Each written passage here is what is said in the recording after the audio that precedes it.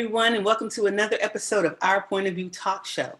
Tonight, we're going to be talking about menopause. Yes, menopause. And as you can see, we have a male on the panel, so we're going to be getting a male's point of view as well. So what we're going to do is we're going to go ahead and start introducing everyone, and then we're going to start our conversation. So first, let me introduce one of our hosts, retired Captain Eric Jackson. Hey, what's happening, everybody? Hello. Yeah. Good to see you. We have Miss Tamala Johnson. Hi, Tam. Hello, everyone. And our special guest, Dr. Mia Cowan. Dr. Mia, how are you? I'm fantastic. I'm so glad you're able to join us tonight. And tonight we're talking about one of your favorite subjects, menopause. Yes. So tell us a little bit about your history. So I am a board certified gynecologist in Birmingham, Alabama, and I started my practice back in 2010 and dropped the OB. So I stopped delivering babies, started my own practice with the focus on total wellness. And then because my gynecology patients tended to be women who were done having babies or who were not trying to have babies at the time, I ended up getting a more mature gynecology group of women. And so that brought me into the hormones because I noticed most of them had a lot of the same symptoms. Weight management was a big part of it. Fatigue was a big part of it. And the way that I was taught to treat menopause was not working for most of my ladies. So after doing some research, that's kind of what got me into the hormone pellet therapy as well as total wellness. I was already doing the weight management and I still do the gynecology portion. Okay, great. So our topic today should be really good because we're talking about menopause and the hormones and all that fun stuff. So tell me, what does menopause actually mean? So it means that you are lacking hormones is the way that I describe it. So for a woman, we say you're postmenopausal if you've gone a whole year without a cycle, if you still have your uterus, and your lab values show that you're in menopause. So there's specific lab values that I look at. Also, some women who had a hysterectomy, so they can't go by their cycles, they start having symptoms. We check the blood work and I can see that they're in menopause based on their hormones. So I look at the estrogen as well as the testosterone levels. And it's one other level that I look at that lets me know whether you're transitioning into menopause. So for many women, menopause means nothing because they just kind of go through menopause. They don't even realize that their cycles have stopped for a whole year. And they look up and they're like, wait a minute, I'm in menopause. Didn't have any problems. And then I have that other group of women before they even are postmenopausal. We call it perimenopause. And that's what a lot of women experience in their late 30s, 40s, early 50s is because of the low testosterone. So I still get those same complaints, the fatigue, the problems with sleep, and those symptoms can definitely start in the late 30s, early 40s. Wow, you said late 30s, that early? Okay. Yes, because everybody thinks of menopause and what's the first hormone you think of when you think of menopause? Estrogen. Everybody thinks about estrogen and estrogen being low, but in actuality, the first hormone to start to decline is actually testosterone. And when people say testosterone, they think of men. Well, Right. women have always had a small amount of testosterone. Men have about 10 times more than us, but the amount that we have when we're younger makes a huge difference in how we feel as far as sexual function, as far as quality of life, sleep, energy, mood, focus and memory, joint pain, weight management, belly fat. All of those things are affected by a low testosterone. And for some women, that can start even earlier, especially if they're on hormonal birth control. Hormonal birth control naturally suppresses the testosterone. Wow. So now the hormonal birth control, is that the pill? Or? Yes, ma'am, like birth control pill or NuvaRing, patch, IUD with progesterone, like the Mirena IUD, all of those things have hormones, depot shot. And when you're taking those extra hormones to keep you from getting pregnant, they also not only suppress your estrogen levels, but your testosterone levels. And that's why some women notice a significant decrease in their desire for intercourse when they're on birth control. Wow. And can that put you into menopause early? No, but you can have those symptoms. And then as soon as you come off of that birth control, if you're not in the menopausal state yet, your numbers will go back to normal. Okay. So Eric, with you being a man, do you have any questions about menopause? Or menopause. Man-o-pause, man on pause. Yeah, I stop and I pause and I'm looking. You know, I think from a general sense, I was aware of some of the things you mentioned at first with respect to around about the age. And of course, I was fortunate enough because I know a lot of people aren't. I had both my parents in the house and certainly saw those, started seeing once I understood after a number of years of understanding what types of things women have to deal with and physically, and that was one of them. And I started to see that just before I left California to move here to Georgia, with respect to those changes. So I guess one of my questions is that something that a woman will go through regardless of if they have their woman parts intact or not? Yes, and sometimes it's a good question because what people don't realize, and I'm in Alabama, so in Alabama they do more hysterectomies probably than any other state in the United States of America. And so a common thing here is while you're having a hysterectomy, just go ahead and have your ovaries removed. Well, that's not what we recommend. Studies show that removing normal ovaries before the age of 60 increases the risk of heart disease, because what people don't realize is that hormones play a huge role in your total wellness. So hormones actually protect your heart. That's why women get heart disease after 50 usually. That's the most common time. And the same for men. Their testosterone levels decrease and they have many of these same symptoms.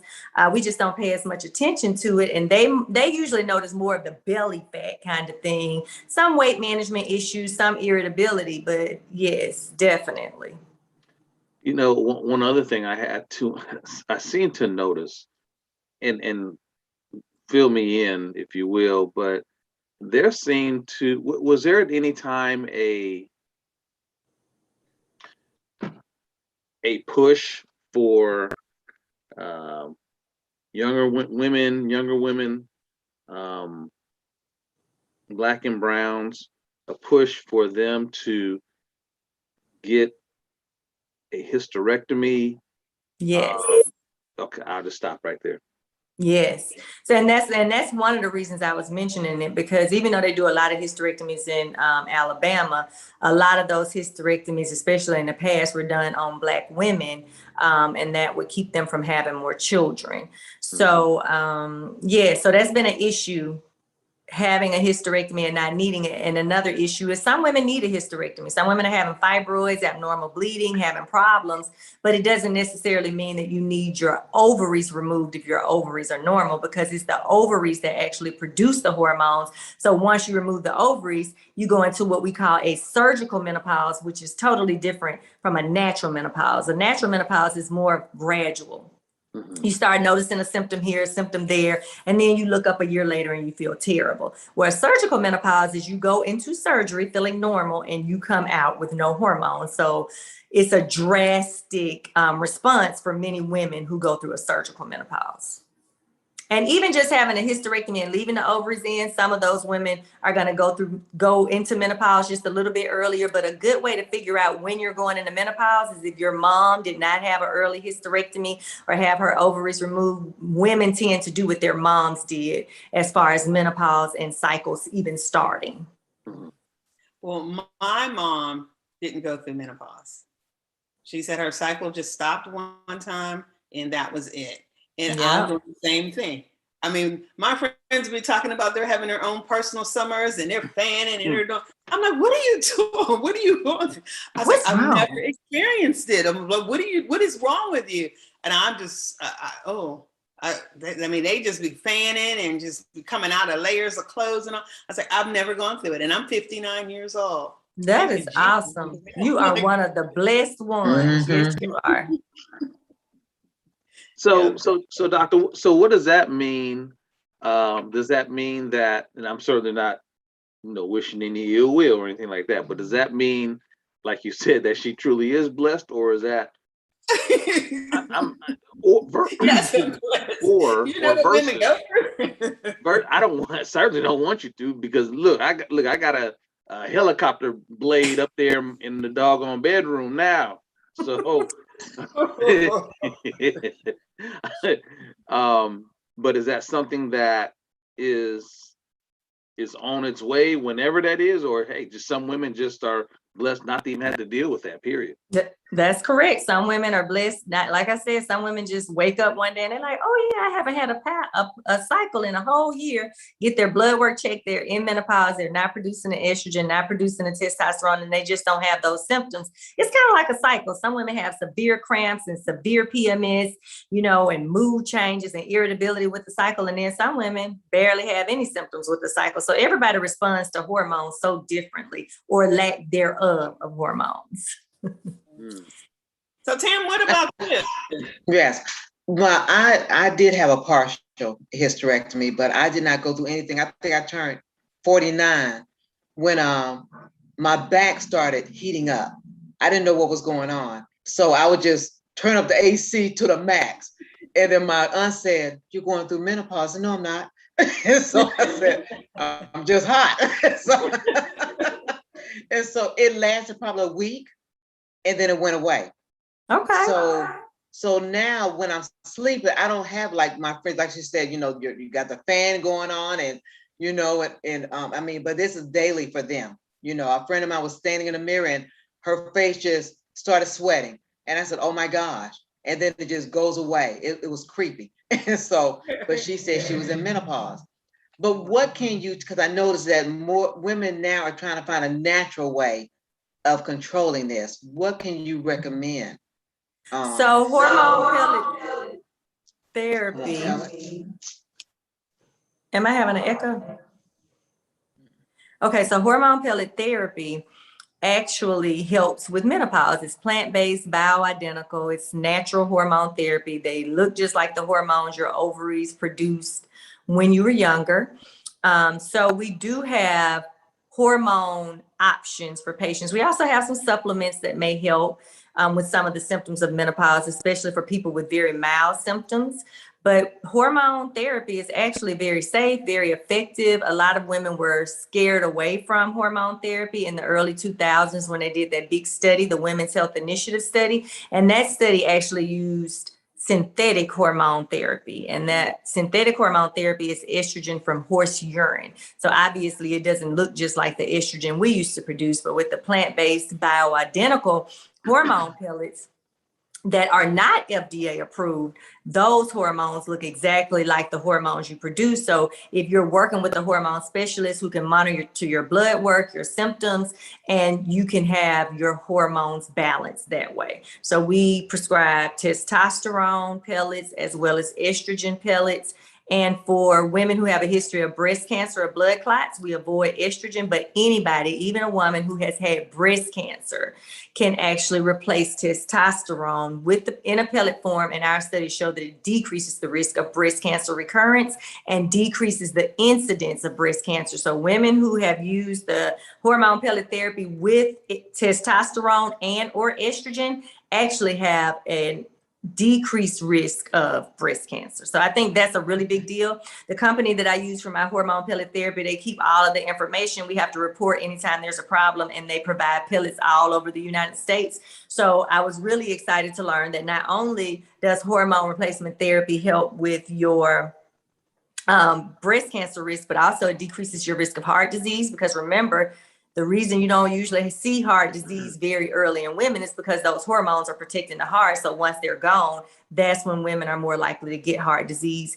Testosterone decreases your risk of dementia, and it also, both estrogen and testosterone protect your bones, which is a really big deal because as you age, your balance is more off. If you fall, you're more likely to get a real fracture, which can definitely affect your mobility, especially as you get older. So hormone pellet therapy works great. We have some supplements. I have a wonderful supplement line. So some of my patients who don't want to do hormone pellet therapy, or they're just starting to have some symptoms, we have plenty of supplements that are all natural from God, put together without a bunch of extra crap in them. And so we even have something called T-Support, which is a natural plant that's really hard to pronounce, so I won't waste my time doing it, but that actually naturally increases the testosterone. So my younger women do that, my women who are on birth control do that, and then some women who are on the pellets do it, especially when it's getting close to the time for them to get another pellet. And pellets last about 3 to 4 months. You can put the testosterone in those pellets as well as estrogen, depending on the person. Women get pellets with testosterone and estrogen, and men get pellets with just the testosterone. Because when I said menopause, some people call it andropause, men actually see a significant decline in testosterone. And they can notice more mind fog or adult ADHD, being more fatigued, gaining weight in the belly specifically, decreased desire for intercourse, decreased performance, and then the problems with sleep as well as night sweats. So the hormones affect everyone. I call testosterone the forgotten female hormone and the anti-aging hormone. Okay, now you're saying the pellets, is that surgery? You got to get it surgically done? Or No, ma'am. So what you is just pellets? you come into the office and I numb you first. So lidocaine, it goes in your hip. And then we let that lidocaine sit. I make a teeny little incision and pop your pellets in, put a steri strip on for 3 to 4 days, no squats, no horseback riding, and no submersion in water. And then after that, you go back to all your normal activities. With the first pellet for men, I check their blood work in 4 weeks. And for women, we check it in 6 weeks, see how you respond. If I need to boost you, I boost you. And the right number is specific for everyone. You know, so what works for me, I do better when my number is 300. Somebody else may do fine at 200 of testosterone. For men, that number is anywhere between 900 and 1300 when we replace the testosterone. Okay, Oh, wow. that's interesting. So I Yeah. have a question, doctor. So if you, versus the traditional way for which you came through medicine, if you went the holistic side of that, is there a way to specialize in gynecology from the holistic aspect and still have the same sorts of inputs and professional advices and procedures and so forth that you do now? Yes, so I do holistic and traditional medicine. Okay. So, yeah, so I do both. That's why I offer herbs and supplements to my patients, because I know we don't get the nutrition we need from our food anymore, and all supplements are not created equally. So I was tired of my patients going to Walmart and picking up just, you know, the vitamin C off the shelf. And I know that it has a lot of fillers and it may not have as much vitamin C as we know. So just a high end supplement or high quality supplement works well too. So are you saying it's best to get your supplements from your doctor? Well, most doctors don't actually have supplements, and many doctors don't actually believe in supplements, especially in the South. They're more about what research has shown as far as being FDA approved, but we don't even, you know, test the supplements that way. We make sure they have in them what they need, but there's not going to be a long-term randomized controlled trial for many of the supplements that we use. And, you know, when anything is natural, you can't really trademark it. So hormone pellets are not FDA approved because they can't be trademarked, and big pharma cannot control them. Right. So it's a lot of politics that goes on with medicine, you know what I mean? So Premarin and Prempro, those made from horse urine, they're definitely FDA approved, but we know that it slightly increases the risk of stroke, blood clot, heart disease, and breast cancer. So, you know, potato, FDA approved or not, whether it's a good product, it's going to be effective and it's going to be helpful and improve the quality of life for people. I think it's an easy answer. Just, you know, try it and see, but you want to make sure you're dealing with a specialist who's going to monitor you closely, because again, it's a pellet being inserted. And once we insert it, we can't remove it. So you definitely need to work with someone who monitors you very closely with your blood work, and people who have really been trained in hormone therapy. So what are some of the side effects from it? So if a woman got too much testosterone, she could notice increased acne or hair, like on her face.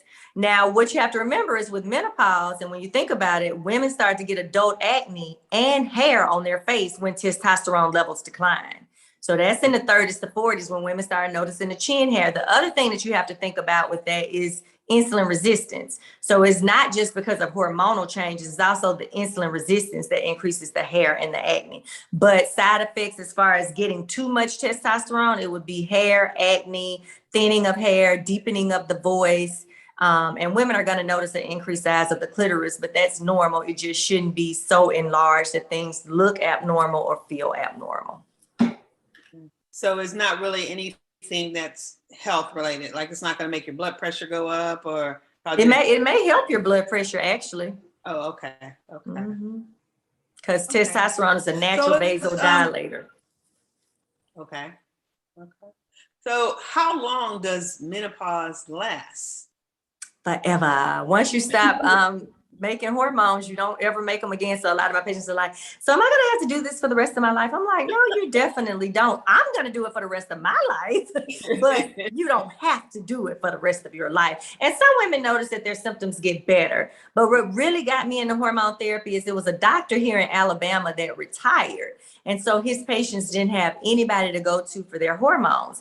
And his practice was as soon as a woman was in her late 40s or going into menopause, he started treating them with hormone therapy. So when I started getting out his patients, I noticed that they looked so different. They were vibrant. They walked straight up. They were active people. Their weight was good. They were happy. It was like it was like a totally different 60-year-old, one who has had hormone therapy and one who hasn't.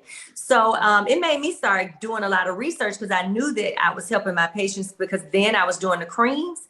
But what I realized is that the effect that it has on aging for women, and these were very healthy women as well. So that's what made me really start to research it.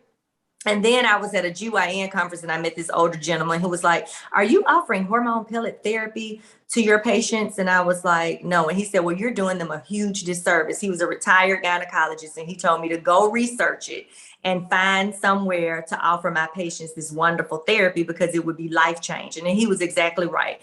I looked and I researched. I probably, tried to get into it for 2 or 3 years, but I wanted to find the right company to make sure these pellets were, what they say they are, high quality, with minimal variance. And so once I found that, I started them, and it has really changed my life, and it's changed the life of so many of my patients who really suffer from severe symptoms from menopause and perimenopause. And like we said, we have those very blessed people who don't have that problem at all.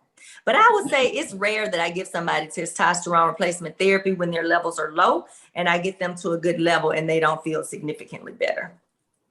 Now, will insurance pay for that? No, of course not. Insurance does not care about sexual function for women. For men, yes, definitely. They even pay for pellets for men, but not for women. Wow. It's a man's world. Wow. No. Now we didn't, like, for me, I'm, I may be going through the change of life, but just don't have the symptoms, so can I do the do therapy?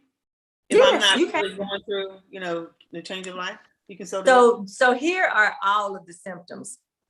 So night sweats, problems with sleep. So waking up in the middle of the night. Some women think they're waking up because they have to go to the bathroom. And the reality is you're waking up because you're not sleeping well. And the first thing a woman does when she wakes up is go to the bathroom. But if you were sleeping more soundly, you wouldn't know that you had to go to the bathroom. Decreased libido. That's a huge thing. And if you think about not even, being cynical, but divorce, if you think about the time of divorce for men and women, that average age, it's around the time that a woman's testosterone significantly declines. So her sex drive decreases, her enjoyment of intercourse decreases. She's starting to be more irritable, anxious, or depressed. If she's having significant symptoms, she can't remember, she can't focus. So, all of those symptoms, and fatigue is probably the biggest complaint that I get. And that's probably the most satisfaction that people get, is they're back to that energy level where they can work out. They're not tired in the middle of the day and they're not waking up tired. So even though some people don't have the symptoms associated with the hot flashes, the night sweats, many people may have the symptoms associated with hormones that aren't necessarily the traditional ones. So even belly fat, joint pain is like, I have women who think that they're just about to have this horrible arthritis. they get their testosterone balance, and men, and they're going to notice an improvement in their joint pain, as well as weight management in general. It's really hard to maintain a healthy weight when you don't have testosterone because you lose muscle. So once you start losing muscle, your metabolism decreases, and it's easy to gain weight, and it's easy to gain weight specifically in the abdomen. That is a sign of hormonal imbalance. Okay, so when you get older and you start gaining weight, that's because for females, that's because it could possibly be because you're going through menopause. That could be one cause of it. And So if if you you And I take get don't hormone want to say therapy, menopause, that- I'll just say your testosterone levels have started to decline. And with that decline, you're going to lose muscle. So when you lose muscle, that decreases your metabolism. So even if you're not changing a lot that you're doing, if you're still eating the same and exercising the same, you're going to be more likely to actually gain weight because your metabolism has decreased so much. So that's how it helps kind of indirectly. The testosterone helps with the energy. So people are going to be more active. They feel like exercise and they have the energy to exercise. It's going to help you hold on to muscle. So when you do exercise, you can actually see muscle and not just flab. And then because you are going to build more muscle, that's going to help with your metabolism and make it so much easier for you to maintain a healthy weight. Now, I didn't say it was going to solve the problem. It's still all that hard work and lifestyle change. So a woman over 50 who's a great weight, she's probably worked really hard, and she may be that 2% of people that just have great genes. But most women over 50 in menopause, if they're going to have a good weight, they're working really hard to make that happen. So you're saying if you get the hormone replacement, the pellets, that will definitely balance everything out. And you will be Yes, going, you will definitely okay. feel more balanced, and you should notice that all those symptoms I mentioned significantly improve. And I'll say that people just definitely feel better, you know? And so it doesn't make you lose weight, but my women who are here for weight management, who are having a difficult time losing, once I balance their hormones, they notice that it's much easier to control their appetite and their emotional eating, as well as get that exercise in, build muscle, and lose the weight. Okay. So, you know, Go ahead. Go ahead, Eric. so no, I was gonna say, so now from the male's point of view, if you will, I know there's and again have known that there's a natural, if you will, shakeup that's occurring internally with the woman. So from a man's point of view, I believe I know the answer, but I'm asking anyway.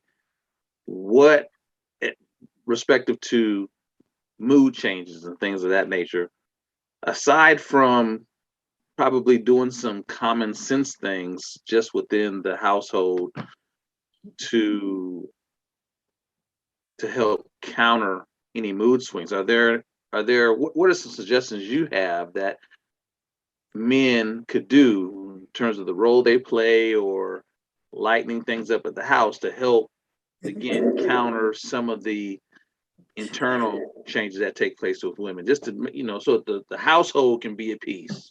Right. So for many people, that's kind of difficult without hormone balance because you really can't control it. So those people who have those mood changes, they just cannot help it. And I have some women who come in and they just are like their husband. They talk about their husband. They say it's all their husband, and I balance their hormones, and you know, they forget. And I'm like, so how is your husband? Like, oh, we are so wonderful. I'm like, oh, so it wasn't all him, right? It was those hormones. And they're like, yeah. So it really does affect the mood. But I don't know that there's anything that a spouse can do except for be more patient, you know, call it out, like say, you know, you usually wouldn't get this upset. I'm sorry if I upset you, but maybe it's your hormones and you should go get those checked out. Because when it gets to the point where it's affecting the household, you should probably just go ahead and, you know, take something to fix it. Right. You have to be nice about it when you say it's your hormones. Yeah. Yeah. See, Yes. see, No, you can just say, I was listening to You buy this some doctor, jewelry. Dr. Hill, and she your said hormones you have tripping. I can imagine how well that's gonna go over. and especially since a lot of the men are having hormonal changes, but nobody really talks about it. So the woman is more irritable, but the man can be more irritable too. The man can have more depression and anxiety. The man can be where they can't focus as much and have a decrease in sexual function. So some of these same symptoms are associated with men and women. And you know what really got me into taking care of men is when I started doing the hormone pellet therapy. I was trained to do it for both men and women, but I didn't think as a gynecologist I would have to do much with men. But what happens is I get my ladies feeling better.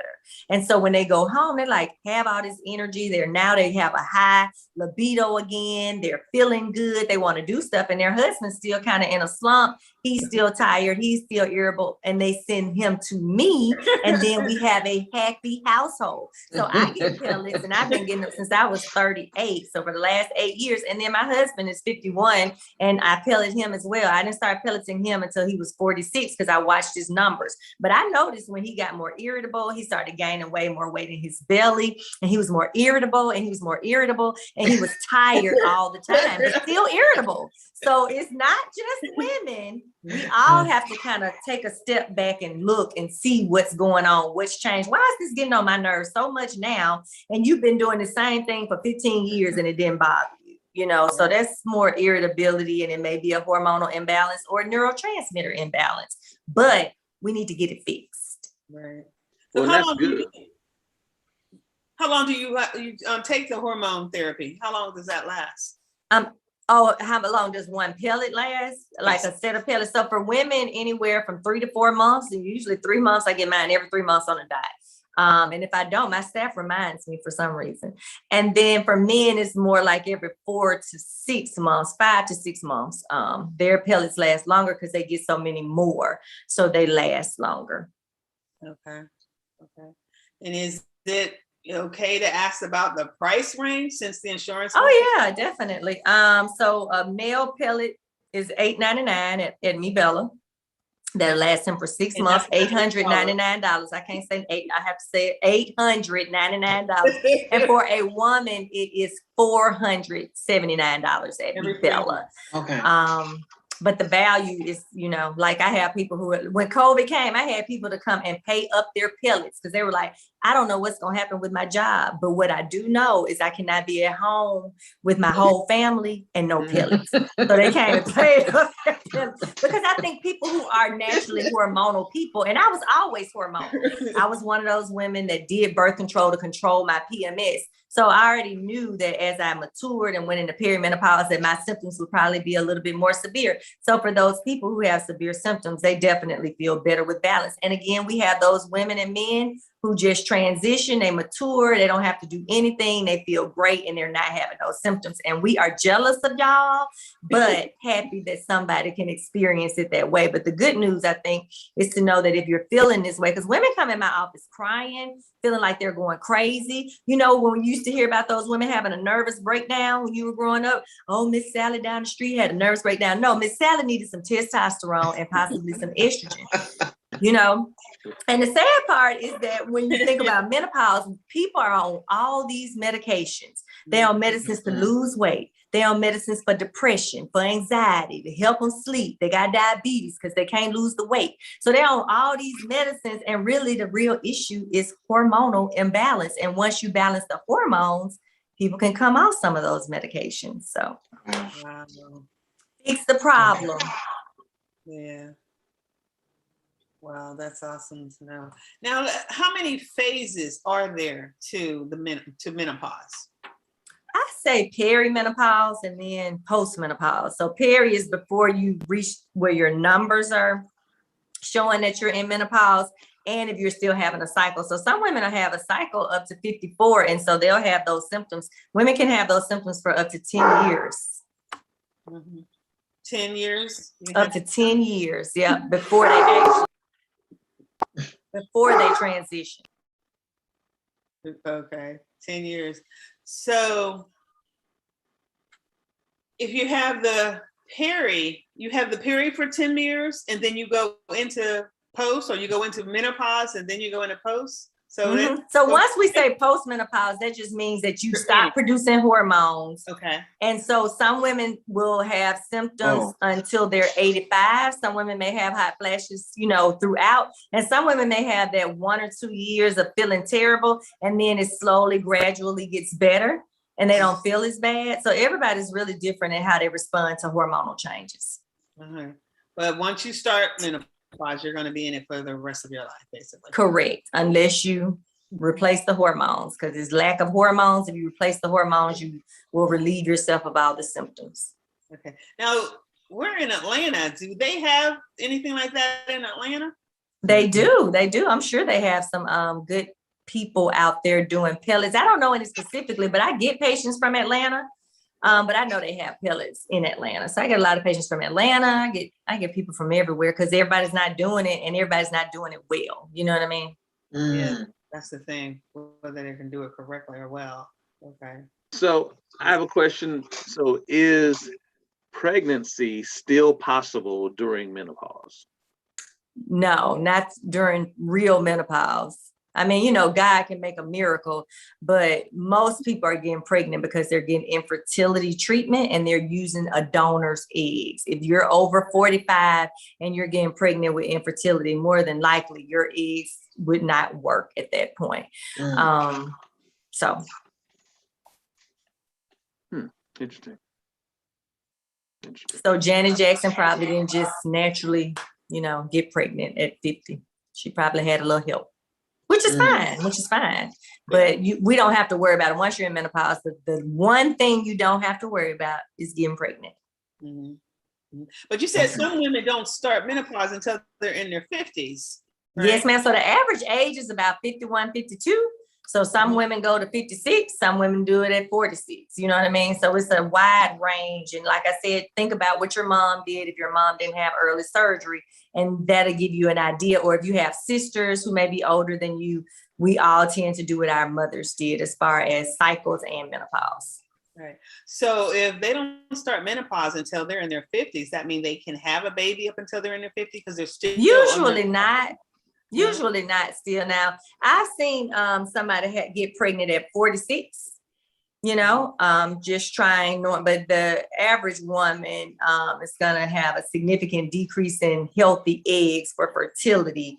And we say that starting around 35, women can still get pregnant up to 46. And I'm sure somebody's gotten pregnant at 50, but it's not a common thing. And some people have what they call a menopause baby, but those women are usually in their 40s when they think that they have just gone through menopause, but they're actually pregnant. And then anything beyond that is biblical. Yeah, biblical or technological. But thank God for good technology. Right. Yeah, you're right. And speaking of technology, how has technology, even when you roll it to 2021, how has technology played a role in lessening the effects of menopause? Or look, nature, as has been commonly said, nature's going to run its course regardless of what kind of technology is on deck. Yeah, I don't know of much technology that can fix the menopause besides hormone replacement therapy. So we could consider that technology, but actually hormone pellet therapy was some of the first hormone replacement therapy we used in the United States. But again, it's natural. It comes from a plant, so it can't be controlled. Anybody can make it. And in Europe, that's their main form of hormone replacement therapy. So when you're going through medical school, because you mentioned something earlier, when you're going through medical school in those, I guess, those first couple years, when they're really digging deep into the history of medicine, did you find that a lot of that dealt with a lot of what was available naturally to doctors? And if that answer is yes, then does it surprise you that doctors, by and large, don't take more of a holistic view? Because you mentioned that some doctors don't even deal with supplements and so forth, but with supplements have an ideology of where they are and where they've come from. Are you surprised that a lot of doctors don't use that as a basis for medical advice or medical treatments and so forth? Because they know that, I mean, the types of things they have now, I'm sure, I guess you'll tell me here in a few minutes, types of technologies they have now probably didn't exist maybe in the early 1900s to late 1800s, or I know medicine has been around for years and years, but they certainly didn't have the types of medical advances that are in place now, so that all they, perhaps a good number, depended on what was natural, what came out of the ground. I wanted to get your perspective on that. Yeah, most people who go to traditional medical schools to get an MD, we don't get hardly any holistic medicine treatment options. We don't learn about that. We don't really have classes about it.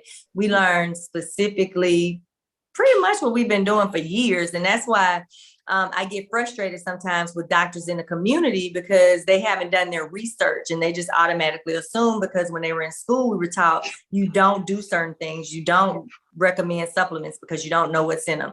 You know, pellet therapy, that's not something I ever learned when I was in medical school or residency for OBGYN.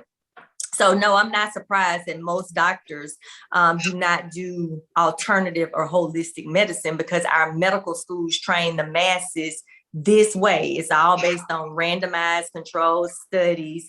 If this works or this works. And then, you know, a lot of effort hadn't gone into treating female menopausal symptoms, because women are just now really getting into medicine to kind of help control the quality of life for women. You know, a lot of men, I get a lot of patients who come from men, and the men tell them, well, just lay there. It's just a part of life. You know what I mean? You're going to get to the point where you don't want to have sex. It's just your duty. Just lay there. You know, or that's just a part of life. You having hot flashes, that's a part of life. You depressed, okay, let me give you some Xanax. That's just a part of it. So with women being in medicine and having to experience these things, it gives us a whole different perspective. And I know that, you know, people don't have to live miserably just because we're maturing. And so much, like you said, Eric, technology out here to help us live better lives, and we have to take advantage of it. But I do think it required, you know, and actually my company is a male who started this company. As far as the pellets, it was a man who started. And like I said, it was a man who taught me initially about them. So a lot of people are not into holistic medicine and alternative medicine. I am. I know it works. I know it's not something that's studied, because it's not something that people are going to make bazillions of dollars off of necessarily. So, you know, traditional doctors were not trained to do holistic medicine. Wow. And I'm now, sure DOs, that's another, it's a different kind of osteopathic medical school. They learn more about herbal medicine and some different alternative medicine techniques that we don't learn when we go to a traditional medical school. And then we do have naturopathic schools. So there are doctors out there who specifically study naturopathic medicine, and that is their main, you know, training. So they focus on supplements and they focus on many things that a lot of traditional doctors don't necessarily believe in. Now, the prescriptions that a doctor would give you for when you're going through your menopause and everything, what type of side effects would those prescriptions have? Because since they're not natural, what would they have? Well, I won't say that there was so many side effects. It's more so that they don't help. So that's why a lot of people come to me, because they've been on those medications. They've been taking the pill that their doctor prescribed. But if you think about it, the prescription for traditional medicine for menopause is all estrogen and progesterone. But really, I can treat somebody with testosterone only and never give them estrogen, and they are going to feel great. So they're not getting that testosterone component from pharmaceutical medication that you would write a prescription for. Oh, wow. Dr. Bill, you had said something about sometimes people do not do it properly. I guess doing the pellets. What should we look for when we go to a doctor to know that we're getting the proper care? I would say a physician. Mm-hmm. You know, I'm biased. I'm a gynecologist, but even though I treat hormones differently from what I was trained, I still learned about hormones and endocrinology. So that was a big part of my learning as a GYN or OBGYN resident. So I would say somebody who knows hormones, who has specific training in hormones. And the good thing now is you can look at reviews, because if somebody has done a lot of terrible medicine, guess what? It's going to show up on their reviews. Mm-hmm. So, you know, just making sure you do your research, ask the right questions. I like for women, especially women who have to use estrogen and progesterone, sometimes that can cause some other things. So it's nice when they're already at a gynecologist because I can manage any problems that they may have. But like I said, most women don't have a problem. Men definitely, it's rare for a man to say he had a side effect because of testosterone. We just don't want to give him too much because we don't want him to be overly aggressive, but that's not really a complaint I get. I know there's a spa here, and I think she's been doing probably about 4 years. I remember meeting somebody who was going to get it done when it first came out. So I don't know how it helped her. I never got back in contact with her, but I was just wondering about that, since you said sometimes people can just do it the wrong way. So I'm thinking, how can they do it the wrong way? Oh, because they cannot prescribe correctly. So here we had some centers that were not necessarily doctor run here, but there were, it was like centers. I won't say the name of them because that would be inappropriate, but they just had doctors kind of coming in and out, but somebody else owned those clinics. So depending on which doctor you got, you may get too much estrogen, you may get too much testosterone, you may not get enough for what you need because some people are afraid to go up because they don't have that experience to know that they can. And that it's better to treat symptoms versus just numbers. So somebody can come in and have, a really low testosterone and feel great. Well, I don't tell them that they need to get a testosterone pellet. I tell them your testosterone levels are low. Are you experiencing any of these symptoms? And if they say they're experiencing those symptoms, I say, well, testosterone replacement may help. So, it just depends on the training, I say. But I would say, and I will go ahead and do this free plug for BioT. If you go look for a BioT doctor, I know for a fact those are going to be very well-trained doctors. And they're getting high quality pellets, and they've gone through the real training and the endocrinology and the physiology of it so that they can safely administer hormone pellet therapy for men and women. Okay. That's what this one does, BioT. Okay. BioT, yes, ma'am. So with you, and you talked about males or men having menopause, if you will. What are some tips that you have for us to kind of stay ahead of it? I know if you're destined to have it, then you just have to deal with it when it comes. However, is there a way that you can stay in front of it by way of, maintaining your activity, your diet? What are some things that men can do to just kind of help shave off some of the signs or some of the symptoms rather, should it still come? I say for everybody, just really living that life of total wellness. So making sure you're getting that exercise in. If you're over 35, 40, your exercise should really be focused on resistance training for muscle mass. Like I said, there's some supplements out there that can be done, but I think living that high quality, healthy lifestyle, exercising, eating the healthy foods, not doing as many processed foods, making sure if you have high blood pressure, you're treating it, making sure if you have diabetes, you're treating it, because menopause not only affects just that part of your quality of life, but it definitely affects sexual function. And intimacy is very important for a relationship. And I think it's very unfortunate that so many people think that just because you're aging, your intimacy should stop. So to maintain not only that great quality of life with hormone balance, but also to maintain the intimacy in your relationship, whether you're in a relationship or not, whether you have a partner or not. People who engage in regular intimacy live longer. Women who engage in regular intimacy live about 5 years longer than women who don't. Men who have a history of a heart attack have a decreased risk of recurrence if they're sexually active at least a couple times a week. So intimacy, God gave us a gift. He gave us the gift of sex and intimacy, physical intimacy. And just because we're aging doesn't mean that we have to sleep in, twin beds and stop enjoying each other. There are options out there, hormone therapy, as well as intimacy services. So at Mibella, I also offer vaginal rejuvenation.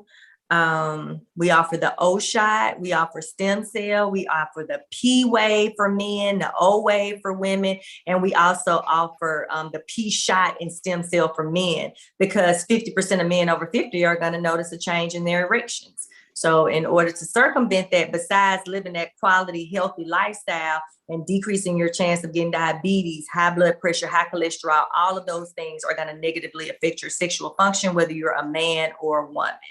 So much technology out here now and so much more information, especially in our community. These are things that a lot of people have been doing for a long time, but I'm very excited to bring it not only to their community, but to my community. So people know you can have great lifestyles, you can have great intimacy, you can continue to progress as you age and mature. And you can do that with living a healthy lifestyle. And if you need some help, you can do your hormone pellet therapy and your intimacy solution so that you can always enjoy the gift from God. So my fellow brothers, you know, that are up there in age of 70, 80, 90-year-olds, they got hope. Keep hope alive. That's right. 45, 50. Because, you know, now everything's happening earlier. So I'm having men to come in with low testosterone in their 20s, 30s, because our food is so terrible. You know, I'm having men to have erectile dissatisfaction very early because men are getting diabetes earlier. We're getting high blood pressure earlier. We're getting high cholesterol early. All those things are going to affect your intimacy. So I'm glad you brought that part up. So what can these young men and women, but our young people that look like you and me can do dealing with everything that we unfortunately have to deal with, all the different stressors, the different hereditary things that are passed down to us from generations before. What can we do in addition to making sure you go to the doctor to get checked out, right? Not just go to the doctor, go to a good doctor who cares about you, who's going to make sure you're getting the right screenings and getting the right treatment, because all doctors were not created equally and all doctors don't treat all of their patients equally either. So making sure you have a good doctor that listens to you, that you can trust, that's offering you those screenings, treating your symptoms, not just giving you a pill, but trying to figure out what's going on, you know, eating healthy, maintaining a healthy weight, exercising regularly, that's going to help with blood flow. So all of those things are going to make a huge difference. Eating a clean diet, like avoiding fast food, avoiding McDonald's, you know, like all these people are complaining about the vaccine. I'm like, but you eat McDonald's and you drink alcohol, you know, like you don't know what's in McDonald's. So the diet, I think, is huge in maintaining a healthy weight. And therapy.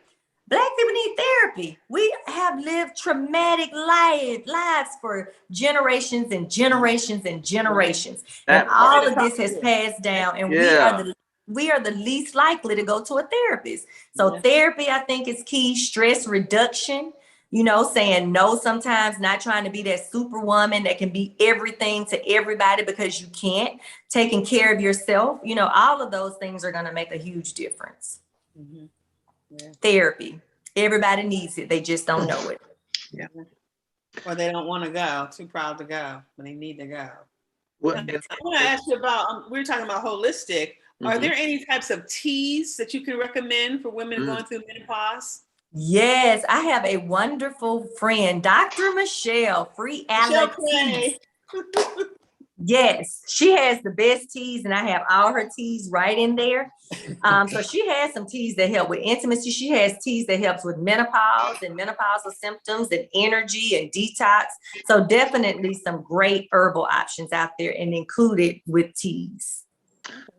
So how about yoga therapy? I know you didn't mention you were a yoga instructor or anything like that, but have you found anything where yoga plays a role in, and again, just that healthier lifestyle, helping to relaxation techniques and so forth?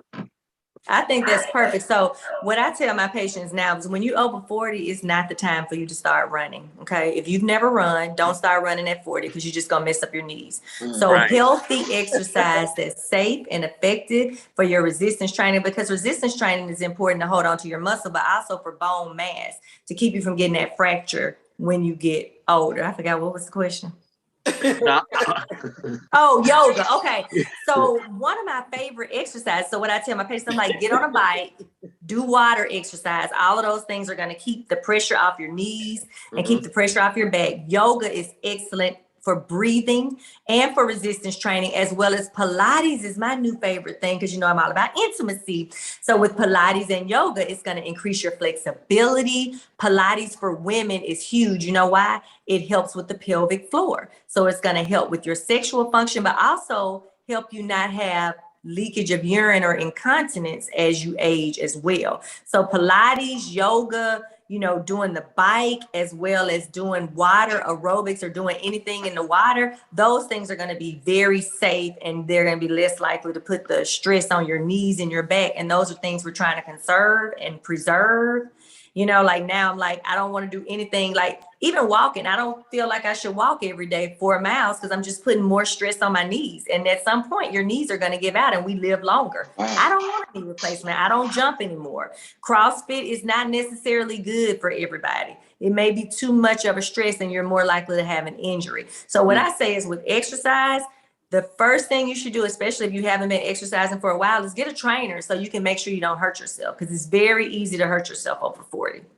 Especially if you haven't worked out in a while, it's so easy to have a major injury that can keep you from being able to exercise at all. So get a trainer, go to classes, Pilates, yoga, water aerobics. Walking is fine, but you still want to protect your knees as much as you can and making sure you're wearing the right shoes. You can't just go put on some Converse and go for a walk. You need to get you some good shoes with good support, or you're going to notice that your knees and your back are hurting more without the proper shoes. So everything we have to think about. Now I wonder why older people wore ugly shoes, and now I know. I got some on right now because I want to protect my back and my knees because I don't want to have surgery. Well, now, what I'm gonna feel wrong for asking this. No, you can ask me anything. Are the ugly shoes the ones that you see at the CVS with the Velcro that look real rough and rugged? Not those. Like, get you some Hokas or something like that with just extra support. They don't have to be. Now they're making them cuter. You see the different companies coming out with like really good supportive shoes, but they're trying to make them look aesthetically pleasing. Right. So you can still get some cute ones, but they're still like not what your 25-year-old would need to wear. You know what I mean? But at the same time, you probably don't need to try to exercise in some clogs. No, at all. You probably shouldn't be walking in clogs if you over 40. Ooh, say it again. Say it again. You should not be walking in clogs if you over 40 and flat flip-flops. No, that's for young people who have great support. Well, with that, can you throw in the bonnets too? Not to wear those either? Another show for another day. Don't get me started on the bonnets in the airport now. You can't even go to the airport. To the airport. Yes.